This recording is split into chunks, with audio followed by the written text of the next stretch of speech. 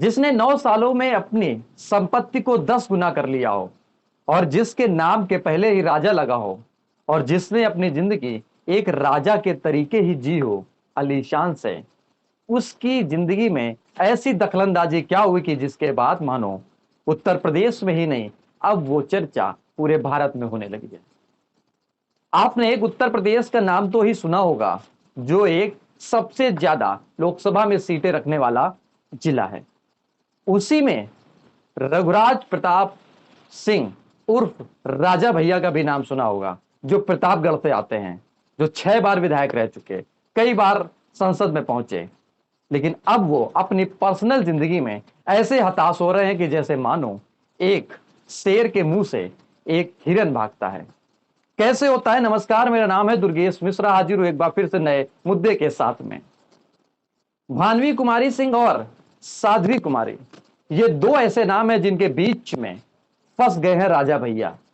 और राजा भैया ऐसे फंसे हैं कि जिनके पहले, जिनके पास, जिनके वर्तमान में करोड़ों की संपत्ति होने के बावजूद भी अब शायद वो अकेलापन महसूस कर रहे हैं।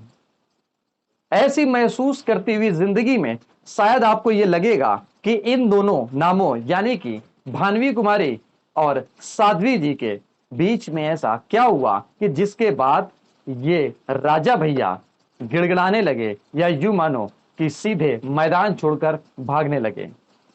बातों को ज्यादा विस्तार से ना बात करते हुए आपको हम सीधे पॉइंट पर ले चलते हैं। दरअसल भानवी कुमारी राजा भैया की पत्नी है। राजा भैया ने तलाक अर्जी दायर की है, और इसमें भानवी कुमारी ने सीधे तौर पर तलाक लेने से मना कर दिया है। इन्होंने सेशन कोर्ट में अपना पत्र दर्ज किया है। लेकिन कहानी इतनी ही नहीं है। कहानी के बीच की जो शुरुआत है वो होती है साध्वी जी से। साध्वी भानवी कुमारी की ही बहन है और रघुराज प्रताप सिंह उर्फ राजा भैया की साली हैं। अब बताया ये जाने लगा कि जिसके बीच में संबंध यानी कि भानवी कुमारी और राजा भैया के बीच में शादी हुई, जिसके बाद में साध्वी ने एंट्री ली, और इस एंट्री के बाद शायद तहलका मच गया। हालांकि ये भी बातें चल रही हैं कि राजा भैया की जिंदगी में एक महिला पत्रकार भी आई। लेकिन इन सारी बीच में बातों के बीच में जब साध्वी कुमारी ने यानी कि रघुराज प्रताप उर्फ राजा भैया की साली ने एक अर्जी दी, एक तहरीर दी लखनऊ में, और शिकायत की भानवी कुमारी सिंह और एक वरिष्ठ या यूं कहें जिम्मेदार चैनल के खिलाफ। क्या है वो लेटर? ये कहानी हम ये लेटर आपको पढ़ाएंगे, लेकिन ये आप जान लीजिए कि जो व्यक्ति 31 अक्टूबर 1967 को भदरी प्रतापगढ़ में जन्मा हो, जिसको ये नहीं पता था कि शायद वो राजा नाम से बुलाया जाएगा, और उस राजा की जिंदगी में ऐसी दखलंदाजी और ऐसी हिस्सेदारी से नवाजा जाएगा जो अब समाज में लोग परोसने लगे हैं। लेकिन भानवी कुमारी और साध्वी कुमारी के बीच में जो दुश्मनी का खेल है वो है संपत्ति का खेल है।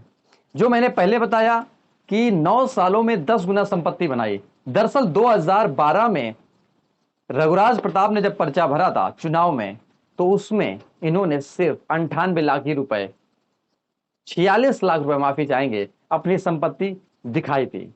और 2022 में ये कई करोड़ की संपत्ति दिखाई।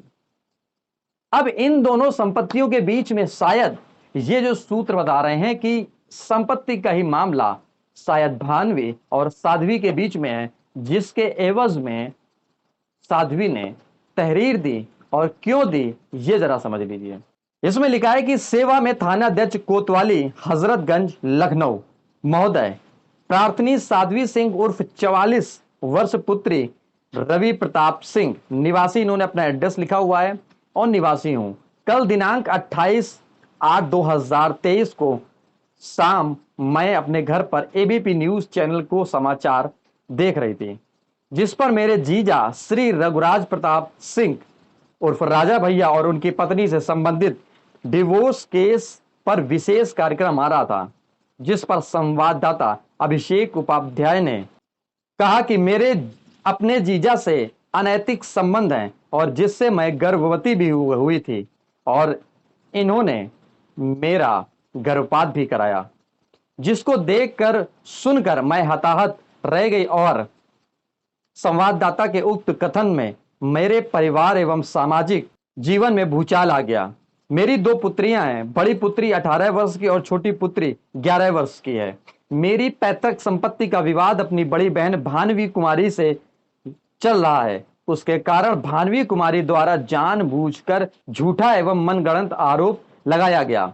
उक्त टीवी चैनल के किसी भी पत्रकार द्वारा समाचार चलाने के पहले आरोप से संबंध में ना कोई बात किए और ना मेरा कोई वक्तव्य लिया, जिस कारण प्रार्थनी के चरित्र का हनन किया गया है। किसी भी न्यूज चैनल या पत्रकार को यह अधिकार नहीं है कि किसी भी महिला का इस प्रकार से चरित्र हनन करे एवं न्यूज चैनल पर प्रसारित करे। किसी महिला का इस प्रकार सामाजिक एवं चारित्रिक हनन करना कानूनन अपराध है।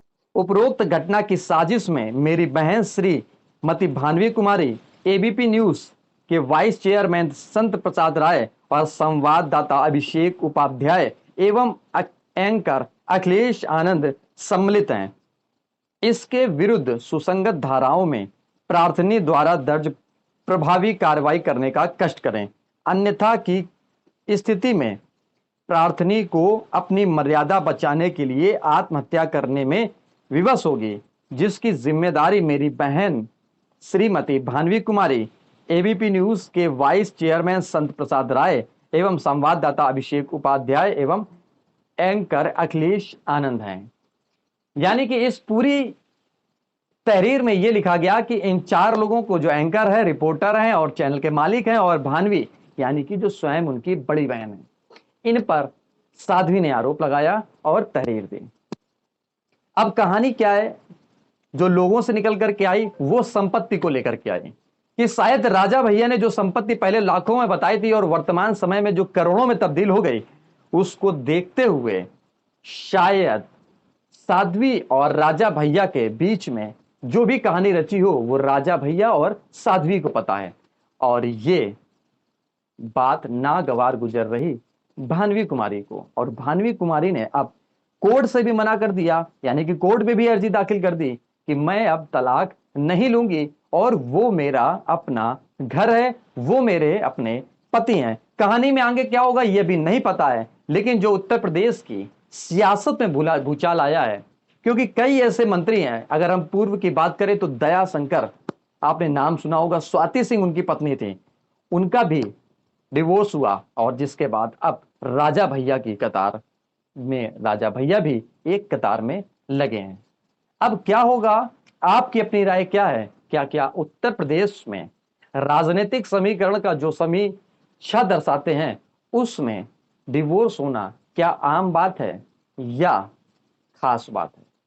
इस वीडियो में इतना ही। अगर आपको वीडियो पसंद आया हो तो वीडियो को लाइक, कमेंट और शेयर करें और हमारे फेसबुक, ट्विटर और इंस्टाग्राम को भी फॉलो करें। अगर आपने चैनल नहीं सब्सक्राइब किया है तो सब्सक्राइब करें, जिससे कि आपको कुछ ना कुछ नई जानकारी, नए मुद्दे के साथ जरूर मिलती रहेगी। नमस्कार।